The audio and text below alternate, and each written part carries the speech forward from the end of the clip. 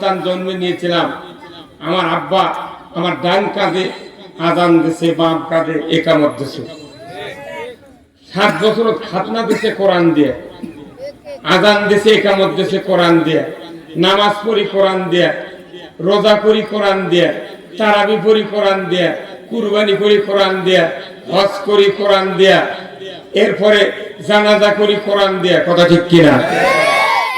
বিবাহ করি কি দেয়? কোরআন দেয়। সব কোরআন দেয়।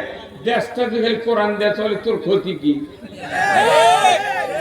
তুই যদি দেশ কোরআন দিয়ে চালাবেন না চাস তাহলে এগুলোও বাদ দে। এগুলো কোরআন ছাড়া মুদির থেকে আইন লিয়া করে।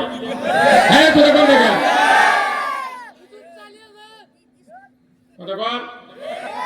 কোরআন দিয়ে যদি আপনি চোরের বিচার করেন, ওই চোর জান্নাতি। আল্লাহ আকবার কর। কোরআন দিয়ে যদি জানাকারের বিচার করেন, ওই জানাকার জান্নাতি। কার কথা?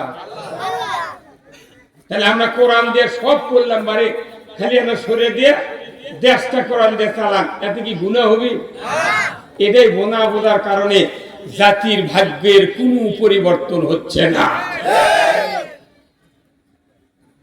এই জন্য আমরা সেই রসুলের আদর্শ মানব, যে রসুল আয়েশা সিদ্দিকের ঘর থেকে, ডাক্তার সাহেব হজ করেছেন নাকি? উনি হজ করেছেন, তাহলে আমার বক্তৃতা যেতে সুবিধা হবে। আয়েশা সিদ্দিকের ঘর যেখানে হুজরাখানা, ওখানে রসুলের তো